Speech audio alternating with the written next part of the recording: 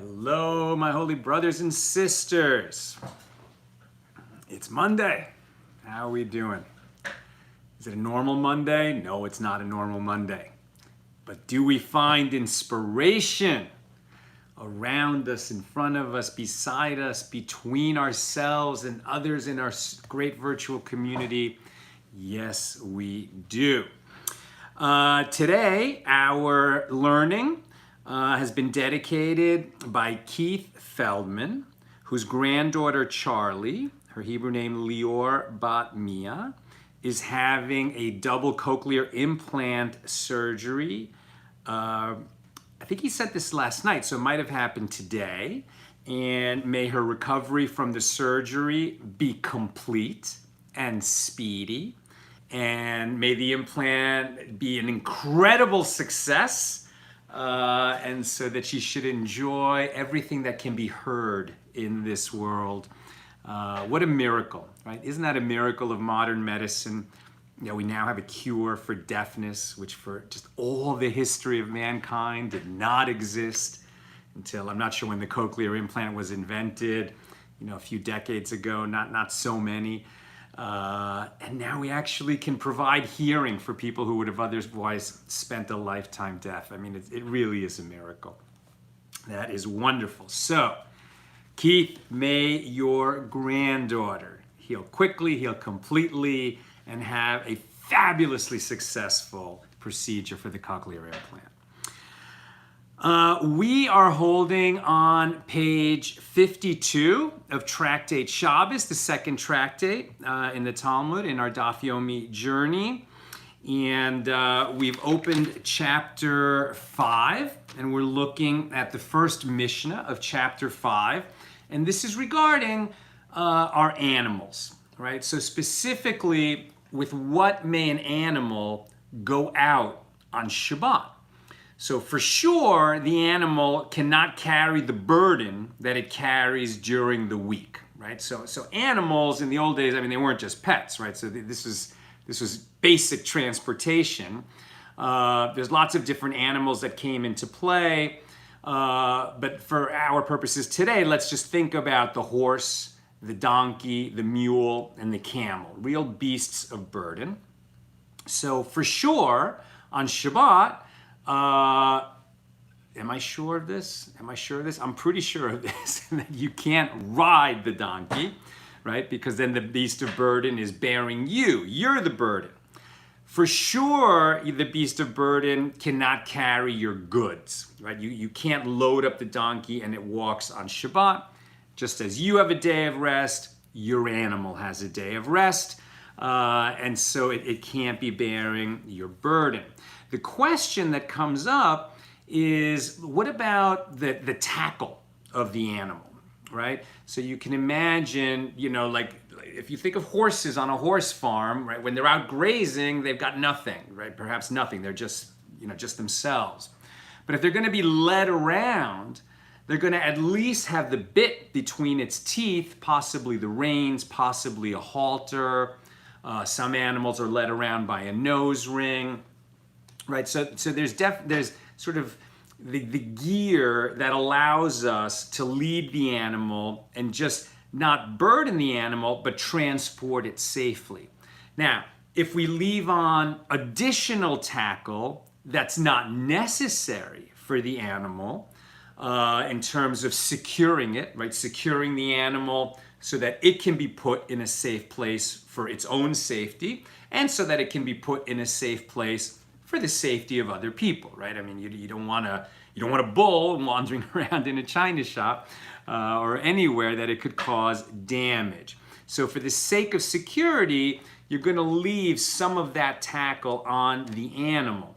But if you have an object on the animal that is insufficient to lead the animal around, so then that piece of tackle does nothing.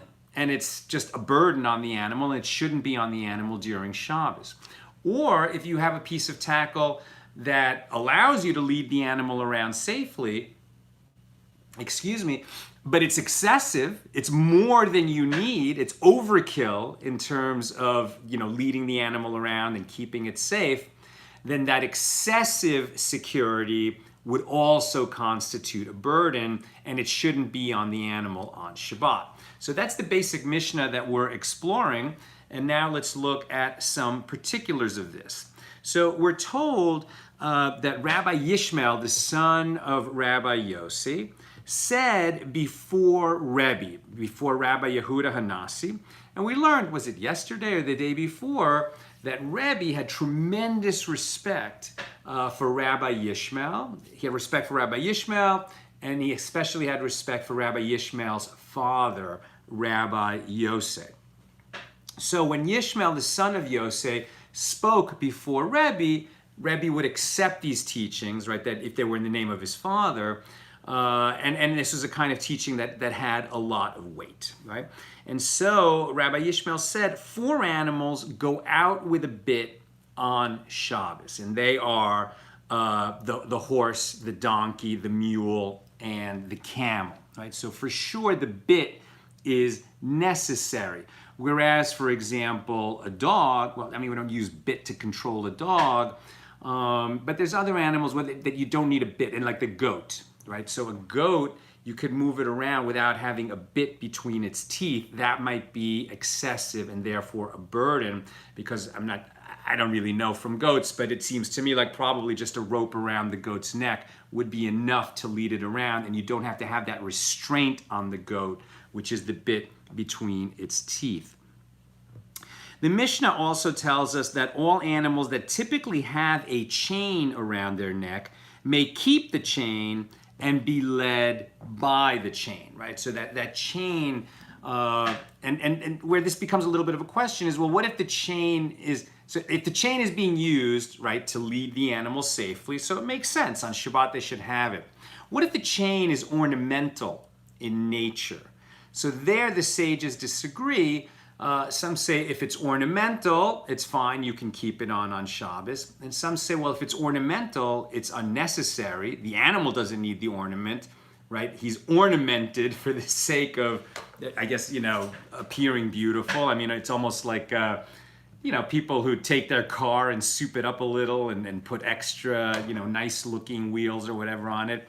It might be unnecessary, right? That ornamental chain might be unnecessary. But if it's a chain, the Mishnah tells us if it's a chain that's always on the animal, whether it's ornamental or not, apparently we can leave it on Shabbos. But with the question of whether a certain kind of restraint is excessive and therefore a burden to the animal, we come to a lovely little incident. So there were 2 sages who were on the road. You can imagine maybe they were on the road for business, maybe they were on the road to go to a conference, maybe they were going to go give a talk, right? So these are great sages, teachers and storytellers, and let's say that they're on the road and they're going to deliver a talk in another town. They're traveling together and they're traveling on donkeys, right? So these are respected people, right? The poor people didn't own their donkeys that they could ride from town to town. They would have to walk. So these are, somewhat prominent rabbis, but one is older and more prominent than the other. So the younger one is named Levi, and the older one is Rabba bar Rav Huna. So this is a guy named Rabba, but not the Rabba. This is Rabba, the son of Rav Huna. They're on the road on donkeys, and Levi, the younger guy, had a donkey that was a little bit disobedient, a little bit wild, a little bit spirited, shall we say. And yeah, I mean, why do donkeys, right, have the reputation of being stubborn? Because it's not easy to control a donkey. Donkeys tend to do what they want to do. Horses, once they're tamed and set over to riding, are maybe a little bit more obedient than donkeys are, but horses are really large and really for rich people. Very few people would have horses that they could ride around if they weren't soldiers or nobility. So, Levi's donkey shot ahead, meaning Levi, since he's the junior rabbi in this pair, was riding behind his senior, right? And this was important because the idea of formality always matters. In the ancient world, it mattered even more, right? So a junior rabbi, so to speak, would never ride in front of the senior rabbi, just to show deference to somebody who is his elder, who is greater in learning, who is worthy of that respect. The junior guy would always ride behind. Now his donkey shot forward and passed the donkey of Rabba bar Rav Huna. Levi was afraid that Rabba bar Rav Huna would be offended that he was now riding behind his junior, right? And Levi was right. Rabba bar Rav Huna was offended. So Levi wanted to, but he didn't say anything, right? So these are humble guys, and even though they might take offense, they're not going to make a point of it. They're not going to say anything. So now Levi had a little bit of a dilemma.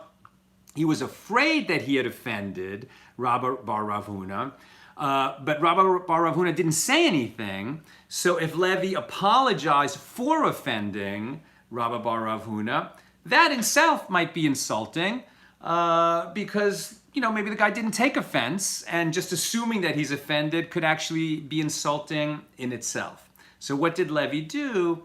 He said, I guess he restrained the donkey enough, or maybe he couldn't, maybe he had to just talk over his shoulder, but for however he got to a position where he could talk to Rabba bar Rav Huna, Levi said to him, what is the law regarding a wicked, disobedient donkey like mine?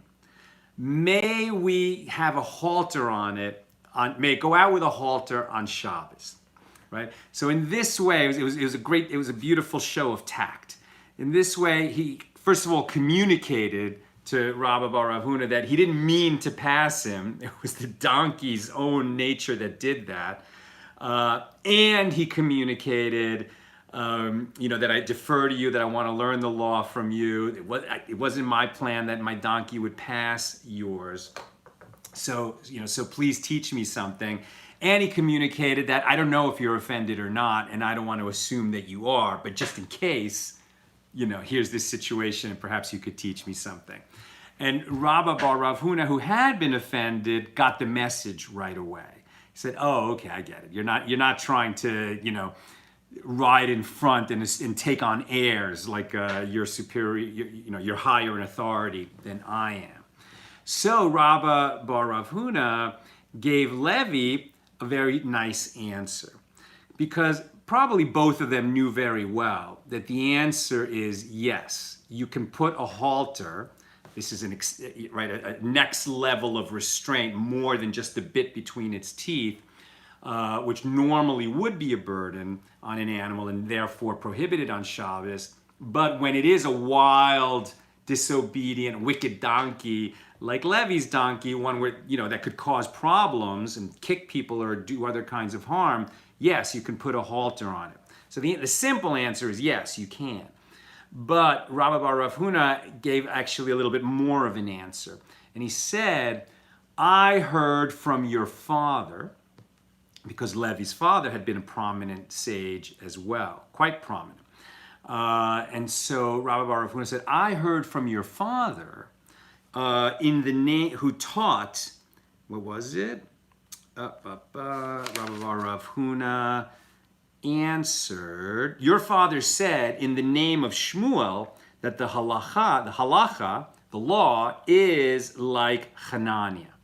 So this fellow Hananiah had held that just taking extra precaution, if it's simply for the purpose of security, right, then it's not a burden. Even though it's more than you need, it's not a burden.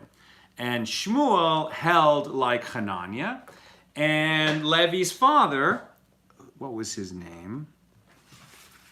Levi's father was named Rav Huna bar Hiyya. So Rabba bar Rav Huna said to Levi, your father, Rav Huna bar Hiyya, I heard from him that the halacha is like Shmuel, or that Shmuel holds that the halacha is like Hananiah, and that excessive security, right, taking excessive measures to keep the animal secure on Shabbat is permitted, does not constitute a burden on the animal. So this was sort of more answer than was necessary, But what Rabba bar Rav Huna was doing was showing Levi, okay, I get what you're doing, and I want you to know that I respect you. And to show you my respect for you, I'm going to bring down a teaching of your fathers, right? It's a nice touch to bring down a teaching of his fathers. Interestingly, though, the halacha, perhaps not at that time, but soon enough, became not like Hananiah and not like Shmuel, who held like Hananiah, but rather Shmuel's disputant, or his opponent in halachic matters. They were friends, but they were opponents in these arguments. And so the halacha is like Rav. And Rav held that yes, excessive security, more than you need, is in fact a burden on Shabbos, and you don't do that to an animal. You don't put on a bigger restraint than is necessary. A sort of contributing element to this analysis, right? So why is it that it's a burden? It's a burden because it's carrying something that it doesn't need to carry. That's the simple answer. However, the sages, there's an old saying in the Talmud, who is wise? One who sees the outcome of things. An excessive restraint, one that is not necessary, may also come to fall off the animal, especially if it bothers the animal. And so the example is given of a bit that's not placed between the teeth of a goat, but rather in its beard, right? So, like we talk about a goatee, a goat has a little bit of a beard, like this hair that falls off its chin, grows off its chin.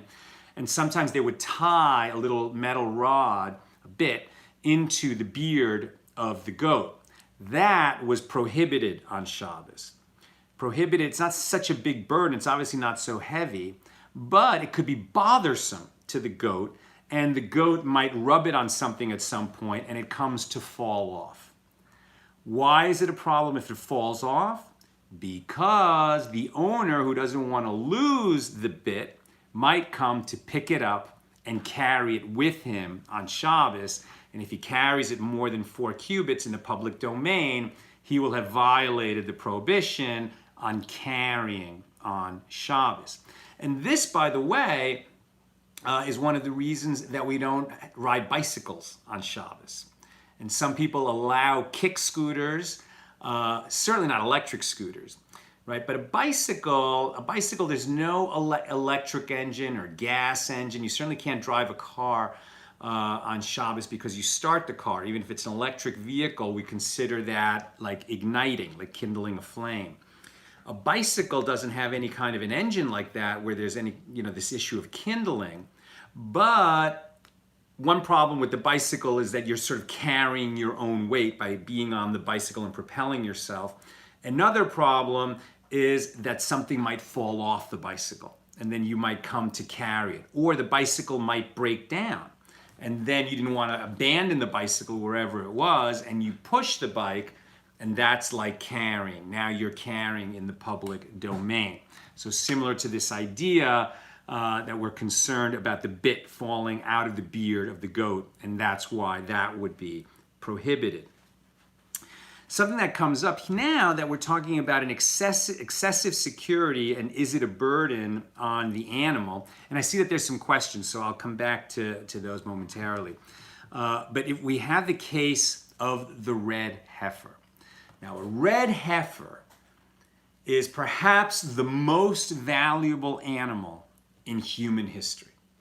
In the whole history of ancient Israel, when the temple stood, I'm pretty sure that there were only 9 red heifers. So a red heifer is incredibly rare. It's a cow that is pure red. And by red, I mean it's sort of like that dark rust color that a cow can be. But when a cow has red hair, it's sort of like that rust color. And it had to be 100% pure, that color. No spots, no black spots, brown spots, white spots, exactly that color. Rare, so rare. But when they would find one, then they would take amazing care of it and never allow a yoke to be placed on it. It could never be burdened, even during the week. And eventually, when it was ready, it would be sacrificed in a very special way. It would be burned up, And then the ashes of the red heifer, they would keep them in a very special container, and then from time to time take some of those ashes, mix it with spring water in a special kind of mixture, and that's how they made the water of purification. And so there were certain kinds of tumah, ritual impurity, which could not be, purified out of an object without, or even a person at times, without the water of purification. And so if there were no red heifers and you ran out of those ashes and the waters of purification, then a person could not become pure, which when the temple stood was a big problem indeed. So, the whole nation was always on the lookout for the red heifer. And 9 times in history, they found one. And then when they actually found one and brought it to Jerusalem, there was actually that big celebration. It was a huge deal. So, because the red heifer is so valuable, they would use very special restraints, right, to make sure that the red heifer didn't get spooked and run away and hurt itself, develop a disqualifying blemish, etc. Because it was so valuable, a restraint, which on a regular cow would be deemed an excessive restraint and therefore a burden on Shabbos, according to the sage Abaye, such an excessive restraint on the red heifer was permitted because of its great value, and it made sense. So we see here that, in terms of the cow interacting with the object that's on it, what does the cow care that the cow is a valuable cow, But in terms of the whole totality of the circumstances, the fact that the cow was a special cow meant that it made sense to take special care of it, put additional restraint on it so that it wouldn't come to hurt itself or run away in some way. And so that was not deemed a burden on Shabbos. And the idea that it wasn't a burden was very important, because if it was considered a burden on Shabbos, then it would be considered a burden, period. And that cow, for it to qualify as a red heifer, it would have to have never been yoked, right? It must never bear a burden. It must never do work for a farmer. And if it did work at some point for the farm, then it would be disqualified as a red heifer for the waters of purification. But this additional restraint was not considered a burden, neither for Shabbos nor for the law of keeping the red heifer unyoked all of its life. One last point, the Mishnah also talks about the chains that are on an animal and asks the question whether they are susceptible to impurity. The Mishnah actually said, and in general, all animals that typically have a chain around their necks when they go out in the public domain may go out with a chain on Shabbat and may be pulled by the chain. If these chains contracted ritual impurity, one may sprinkle the waters of purification that we're talking about, that need the red heifer for that. One may sprinkle the waters of purification on them and immerse them in their place on the animal, and they need not be first removed. Which is interesting, because I'm trying to understand how you would immerse a chain that's on an animal. I suppose you immerse the whole animal, but what you don't have to do is take the chain off the animal in order to immerse it.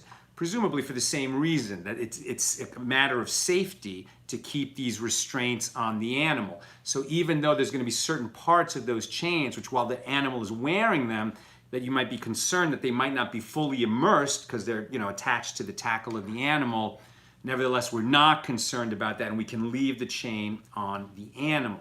And now that we're talking about that the chains on an animal can become ritually impure, we're going to learn a little bit more about the rules of Tumah and Tahara, of ritual purity and impurity, which we've talked about before. Remember, this has nothing to do with disease or germs, but purity or impurity is a Torah law, right? So if you touch a dead body, it's not because you got cooties or because you caught a disease. It's just that a dead body contaminates, and once the person has touched a dead body, they have to go through a process in order to become pure again, so that they can eat certain foods, certain holy foods, or enter the courtyard of the Holy Temple in Jerusalem. There are many matters which depend on being ritually pure. Let me just look at my notes. So what's interesting is that animal ornaments, something that is just an ornament for an animal, is tahor, is pure, meaning it is not susceptible to impurity, right? The ornaments of an animal, that just to make it look good, you can sort of imagine like just things that are on the animal for the sake of beauty, are not susceptible to ritual impurity. They will always be pure. A person's ornaments, like the rings that we wear on our fingers, those are susceptible to impurity, right? So if you're wearing a ring when you touch a dead body, so that ring now is also going to be tameh, and you're going to have to immerse it into a mikveh so that it'll be purified. Now, the ring on an animal that's used for pulling the animal, right? So this ring, like, okay, here's my wedding ring. So imagine this wedding ring. It's like, let's say, and mine's kind of like a beaten metal, so it's actually kind of a good example. So on me, it's an ornament on a human, and it's susceptible to impurity. This could become tameh. If I use the same ring as part, as an ornamentation on an animal, just so that it will look pretty, so then that ring could not become tameh. It would not be susceptible to ritual impurity. But if this very same ring were part of the tackle of the animal that I would use for pulling the animal, then now this ring, which was in one case an ornament on a human, in the second case an ornament on an animal, and now in the third case this same ring could be a utensil that I use as a tool for me, right? It's my utensil that I use for guiding the animal. It's useful to me, in the same way that a screwdriver or a fork would be, and those things are susceptible to Tumah. So since the same ring, right, the same object could have these three different purposes, and depending on which purpose it's going to be used for, its rules of purity and impurity are different. So then my intent for that ring is dispositive, right? My intent for the ring matters. And so what the sages teach, there's a nice phrase for this. As we learned in the Mishnah, all vessels descend into their state of ritual impurity by means of thought. However, they only ascend from their ritual impurity by means of a change. And what that means is, right, if it's just going to be, an ornamental ring on the animal, so then it's pure. But if it's going to be an ornamental ring for me, or it's going to be a utensil for the animal, then it's capable of contracting impurity. It's my thought process of I am. Let's say I'm the blacksmith. I am forging this ring to be used as a utensil for leading an animal around. Okay, now it's susceptible to impurity as soon as it's done, when it's complete. Before it's complete, when it's an unfinished, sort of raw material to become a ring, then it can't contract impurity, only when it's complete. So in my mind, I have to decide it's for the purpose of being a utensil, and okay, now it's complete, right? And it may be that I was intending to do more to it. I was going to polish it. I was going to make it prettier. But then I say, you know what? It's just going to be a utensil for leading an animal around. It doesn't have to be so pretty. It's done. So at that moment, it becomes susceptible to Tumah. It's not necessarily impure. It would have to contract impurity from somewhere, perhaps a creeping thing.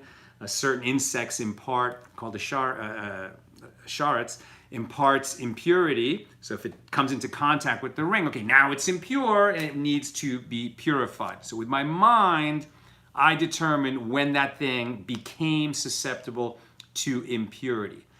Now let's say I want to render it pure, and I'm going to say, you know what? Actually, I'm going to use that as an ornamental ring on the horse.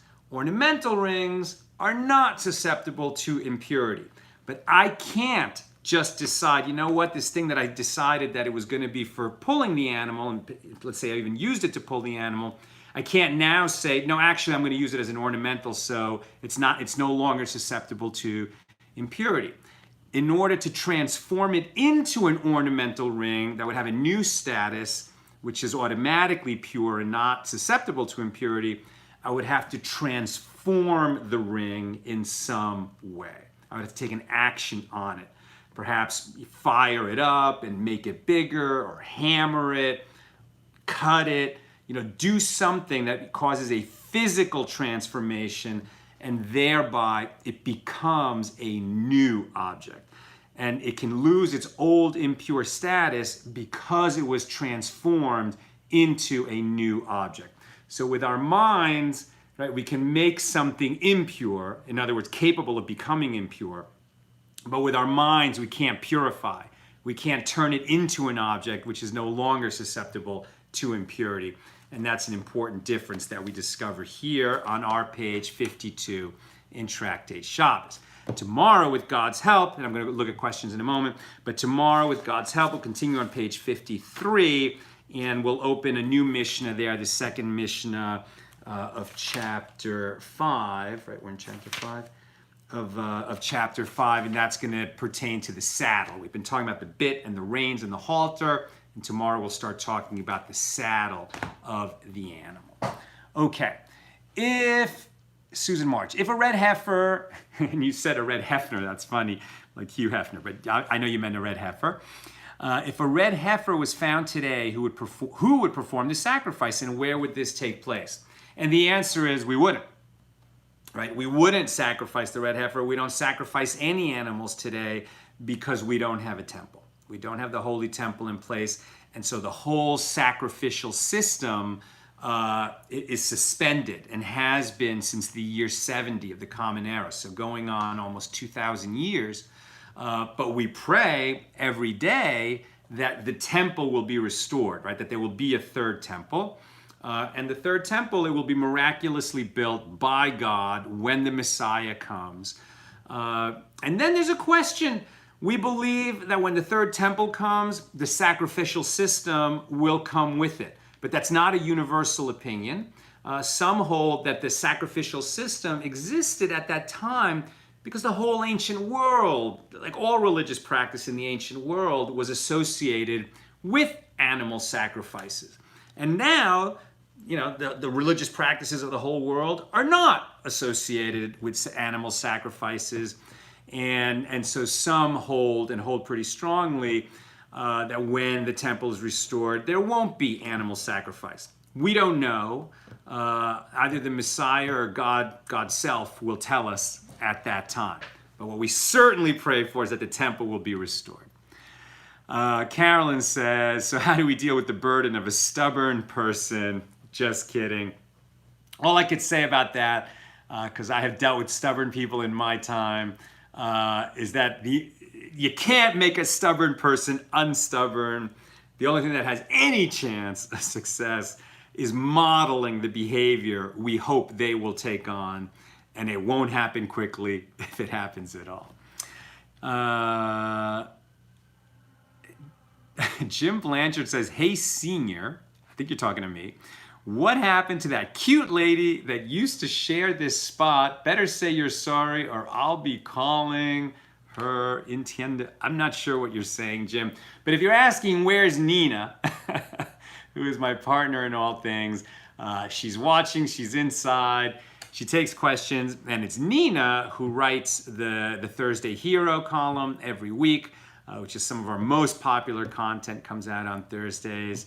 And is just involved in everything that we do, including the research that I do. I teach the Talmud class, but Nina's involved in everything that we do here at Accidental Talmudists. Okay, I don't think there are any other questions. So if that's it and there's not some new thing. Alice goes, how much Tumah in the world will there be? I'm not sure what the question means. How much? I mean, perhaps what you're saying is, since we don't have a sacrificial system and we don't have red heifers and we don't have a way to purify things that are tameh, there must be a lot of tumah in the world. Yes, there is. So much so that we assume that sort of everything everywhere is tameh. And yeah, there's just a lot of tumah in the world. You know, in ancient Israel, a question was, you know, if there were bodies that had been buried in a field and we're not quite sure where, so that's a big problem because there's the tomb of the dead body, like that is above where that body's buried, and that's a problem. And so people have to be very careful about where they walk, and if they were afraid that a body had been buried in a field, like a farm field, and then it was plowed over, even if that body was buried 100 years earlier and had totally decomposed, but now there might be little bits of bone, sort of like the plow spread it out over the field, you know, so then like a Kohen, a priest who could not come into contact with the cemetery because he couldn't allow himself to become tameh, he would avoid that field completely and never walk over it. Brandon says, was there significance to the red heifer having to be sacrificed outside the camp rather than in the tabernacle temple? I mean, that was just part of the rules, and we're actually reading that, I think it's in this week's Torah portion, that the red heifer was sacrificed outside. I'm not prepared, I don't have a good teaching for that, but I do think that it's interesting that the red heifer, which in a sense is the ultimate source of purity and such a rare and treasured thing, such a rare and treasured animal when one was found, and yet so it's like the symbol of purity, and yet the person who took it out to slaughter it and burn it and bring the ashes back for the priest to store and then make the waters of purification out of those ashes, the person who burnt the heifer would become impure by doing that, by taking the animal out, slaughtering it, and burning it. You know, and I think that this line between pure and impure, you know, first of all, this is ritual purity and ritual impurity, and there's so much nuance and complexity to it. And you know, I think if we could take a little bit of an emotional teaching from this, I think people these days are very quick to label people who disagree with them with all manner of hateful epithets, right? People will resort to name calling very quickly regarding people that they disagree with, very quickly. And it's the kind of name calling where, you know, like you just think people tend to think so much less of the groups that they disagree with that they dehumanize them, right? And it's sort of like, they obviously don't use the words pure and impure, but they'll just denigrate those people, you know? And of course, what they're doing when they do that is they're building themselves up and saying, well, you know, we have a pure mindset, we're good people with good intentions, and the people on the other side are not, right? The people on the other side are bad, they have wicked intention, they have impure intent. You know, and when we engage in that kind of name calling, we drag everybody down. And perhaps what we might learn from, you know, the one who, you know, who's most responsible for the purity of the red heifer becomes impure himself. It's almost like a lesson from God, like, be careful, right? Be careful. No matter how right you think you are and how pure your intent is, if you find yourself calling other people names and thinking that they're less than human and less than pure, etc., you need to check yourself, because your intentions, though good, might be leading you down the wrong path. Fred says good intentions, exactly. I mean, good intentions can take us to difficult places.